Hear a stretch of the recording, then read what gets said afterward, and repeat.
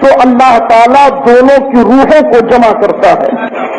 اللہ دونوں کی روحوں کو جمع فرماتا ہے اور فرماتا ہے دنیا میں تم دونوں دوست تھے. وہ کہتے ہیں میرے رب ہم بڑے اچھے دوست تھے. اللہ فرماتا ہے تم دونوں ایک دوسرے کی تعریف کرو. تو دونوں دوست ایک دوسرے کی تعریف کرتے ہیں کہ اللہ یہ بڑا اچھا بھائی تھا, بڑا نیک انسان تھا, بڑا مخلص انسان تھا, یہ دیندار تھا اور مجھے بھی اس نے دیندار بنایا. ہر دوست دوسرے کی تعریف کرتا ہے. اللہ فرماتا ہے دنیا میں بھی تم دونوں دوست تھے, ساتھ تھے, اب آخرت میں بھی دونوں دوست ہو اور ساتھ رہو.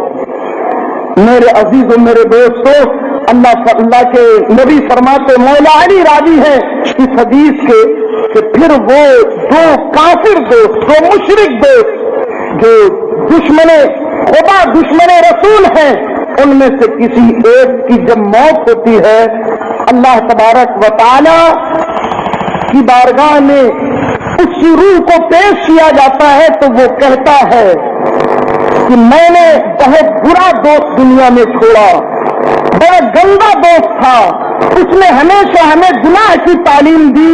اے اللہ تیرے راستے سے بھٹکایا, تیری بارگاہ میں آنے کو جھٹلاتا رہا. اے اللہ جیسے اس نے دنیا میں مجھے گمراہ کیا, مجھے مشرک بنایا, اے اللہ تو اس کے اوپر عذاب نازل کر. وہ وہاں رب کی بارگاہ میں اس کے لیے بد دعا کرتا ہے. اور جب اس کا دوسرا دوست دنیا والا مر جاتا ہے پھر اس کو بھی اللہ تعالیٰ وہاں بلاتا ہے, اس کی روح حاضر ہوتی ہے اور اللہ فرماتا ہے کہ تم دونوں ایک دوسرے کی تعریف کرو. تو وہ ایک دوسرے کے بارے میں کہتے ہیں یہ بہت برا ساتھی تھا, بہت برا بھائی تھا, بہت گندا انسان تھا, اس نے ہمیں گمراہ کیا اور اے اللہ تو اسے جہنم کی آگ میں ڈال دے. دونوں ایک دوسرے کے لیے یہ بد دعائیں کرتے ہیں.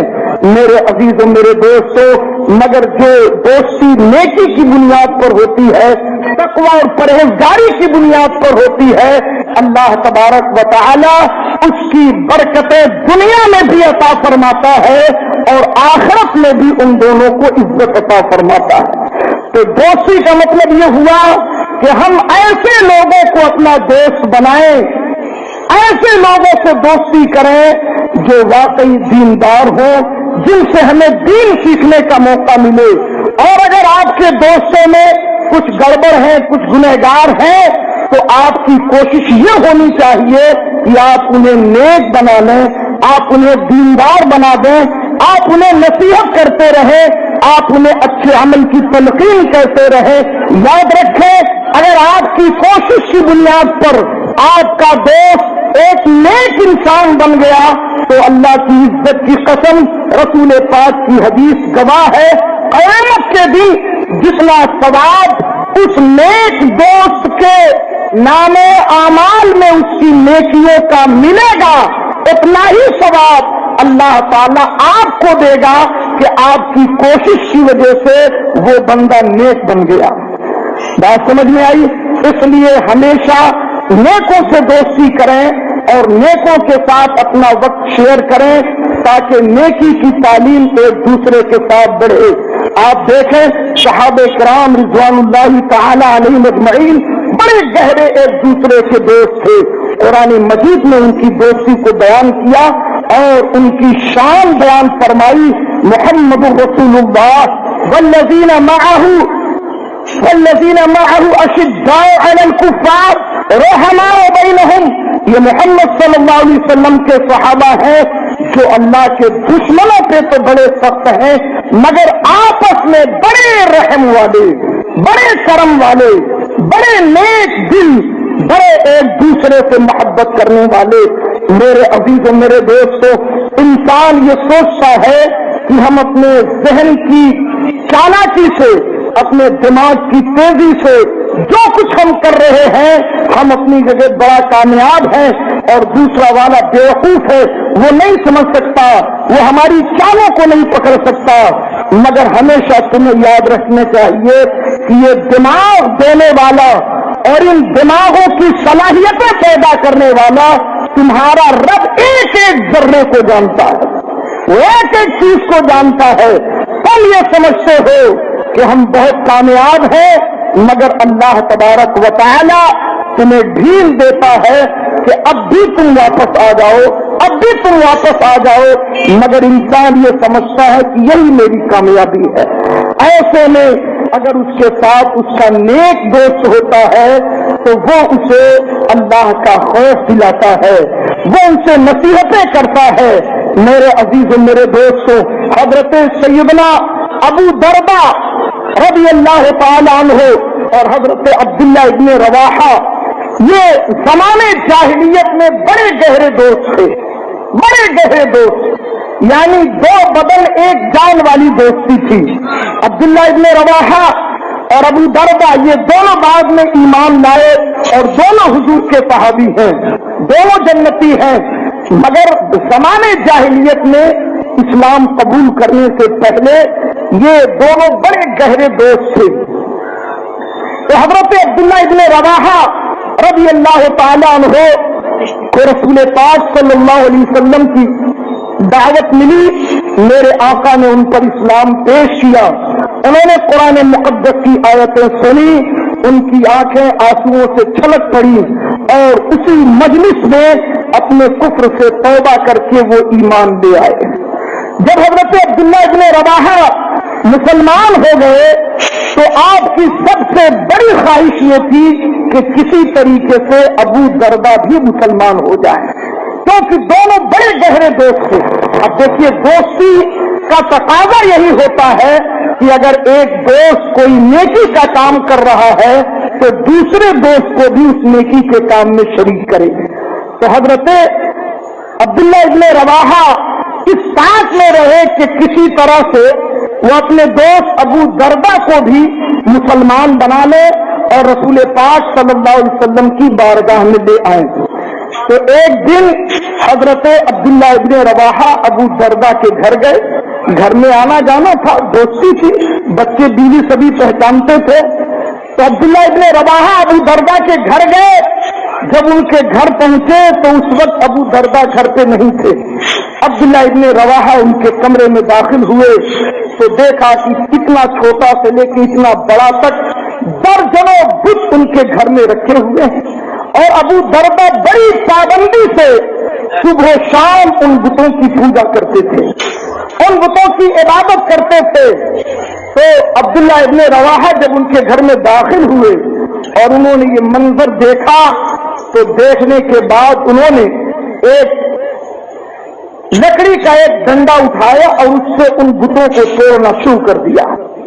جتنے بھی بت تھے سبوں کو توڑ کر کے گرا دیا، اور اس کے بعد تھوڑی دیر انتظار کیا، ابو دردہ نہیں آئے تو وہ نکل گئے۔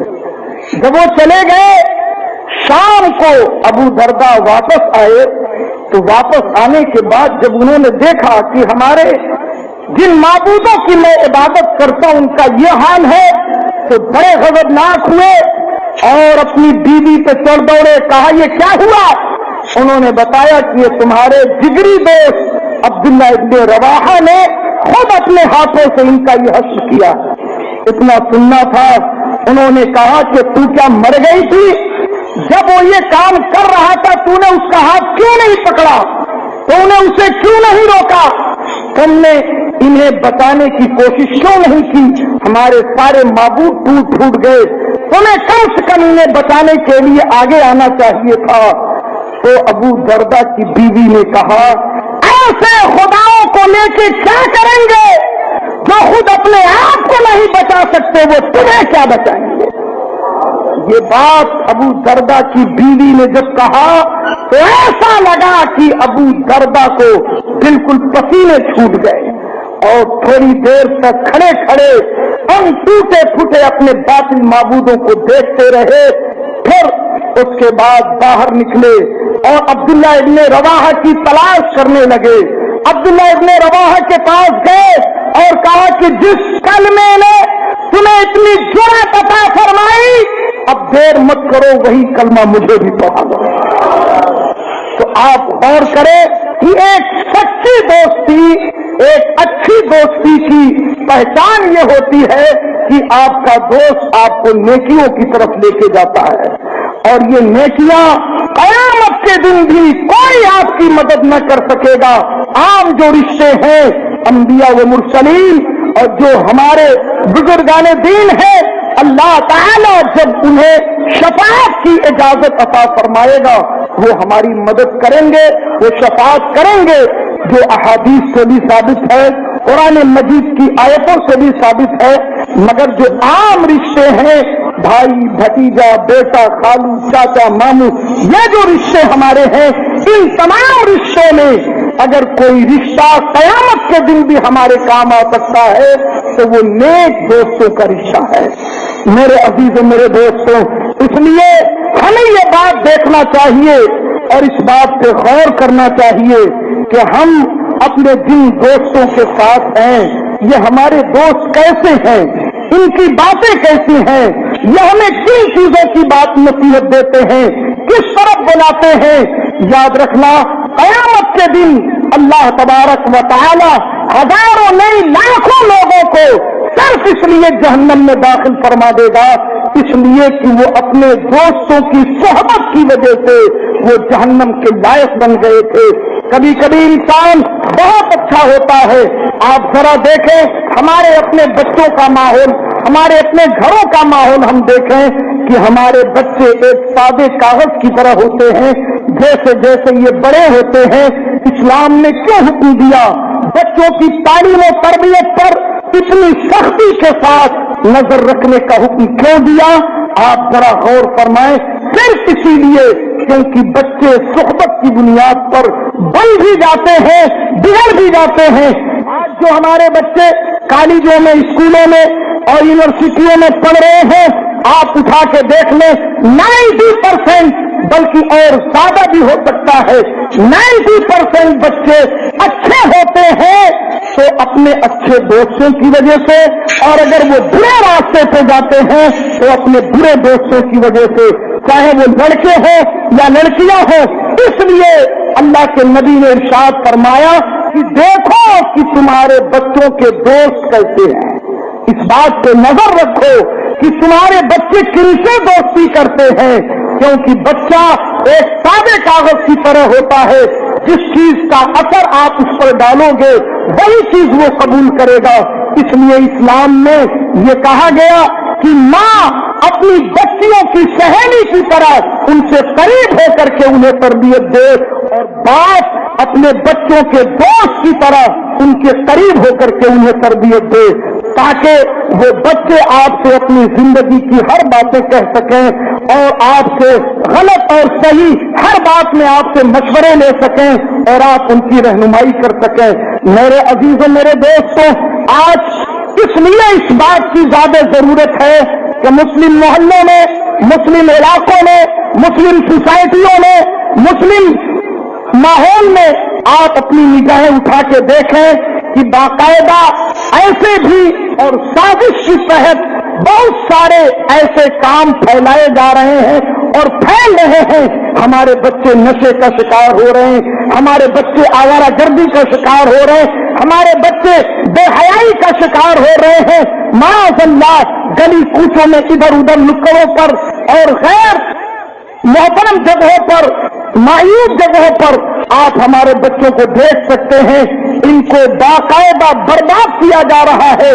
اگر ہم نے انہیں بچانے کی فکر نہیں کی، انہیں نہیں سنبھالا تو یہ آنے والی نسلیں بالکل برباد ہو جائیں گی. ذمہ داری اسلام نے ہمیں عطا فرمائی ہے کہ جس طریقے سے ہمیں دولت کمانا ہے، اپنے گھر والوں کا خرچ چلانا ہے، اسی طرح اپنے بال بچوں کی تربیت، ان کی تعلیم اور ان کی نیک صحبت اور تربیت کا انتظام بھی کرنا ہے. اللہ تعالی ہمیں اور آپ کو اس کی توفیق عطا فرمائے. آپ ایسے اپنے بچوں پر اطمینان کرنا بند کر دیں، ان کے بارے میں معلومات کریں. اور یہ جو ہمارے ہاں ایک یہودیت کا مزاج بنا ہوا ہے کہ سب کی اپنی لائف ہے، بچے بڑے ہو گئے، سمجھدار ہیں، وہ اپنا جو کر رہے ہیں کریں، ہمیں اس سے کیا لینا دینا. یہ ایک یہودی سوچ سے ہو سکتی ہے، اسلام کی سوچ سے بھی نہیں ہو سکتی. آپ ایک سرپرست ہیں، اسلام یہ کہتا ہے کلکم راعٍ وکلکم مسئول عن رعیتہ، تم میں سے ہر شخص ذمہ دار ہے، نگہبان ہے، اور ہر ذمہ دار سے اس کے گھر والوں کے بارے میں پوچھا جائے گا۔ بیوی کو تربیت کیوں نہیں دی، بچوں کا خیال کیوں نہیں رکھا، تعلیم و تربیت پر دھیان کیوں نہیں دیا؟ صرف اس لیے نہیں ہے گھنٹوں گھنٹوں ہم تاش کھیلتے رہے، ٹیلی ویژن پہ وقت ضائع کرتے رہے، نیٹ پر بیٹھ جائے تو رات کا پتہ نہ چلے، موبائل میں لے لیں تو پھر وقت گزرتا چلا جائے۔ ان تمام چیزوں کے لیے اگر ہم وقت نکال سکتے ہیں تو 24 گھنٹے میں آدھا گھنٹہ اپنے بچوں کے لیے بھی وقت نکالیے، ان کے دوستوں کے بارے میں پتہ کیجیے، وہاں کہاں جاتے ہیں، کس سے ملتے ہیں، کن لوگوں کے ساتھ اٹھتے بیٹھتے ہیں، ان کا ٹیوشن کلاسز کیا ہے، وہاں کے دوست کیسے ہیں، ان کی کاپیاں کیسی ہیں، کبھی کبھی ان کا موبائل لے کر کے چیک کیجیے، اس کے موبائل کے اندر کس طریقے کے پروگرام ہیں، وہ کیا دیکھتا ہے، کیا سوچتا ہے، کیا فرض کرتا ہے۔ یہ ساری چیزوں کی ذمہ داری آپ پر عائد ہوتی ہے۔ اگر آپ ان ذمہ داریوں کو صحیح طریقے سے نہیں نبھائیں گے تو بچہ تو برباد ہوگا ہی، مگر آپ بھی اللہ کی پکڑ سے بچ نہیں پائیں گے۔ اس لیے میرے عزیزوں، میرے دوستوں، اللہ تعالیٰ نے جو ذمہ داری ہمیں عطا فرمائی، اللہ کی بارگاہ میں دعا ہے اللہ ہم اسے پورا کرنے کی توفیق عطا فرمائے اور آنے والی نسلوں کو صحیح اسلامی تربیت دینے کی توفیق عطا فرمائے۔ استغفر اللہ ربی من کل ذنب واتوب الیہ۔ السلام علیکم ورحمۃ اللہ وبرکاتہ۔ یہ تم علماء شہاب الدین خان فرنیچر مارکیٹ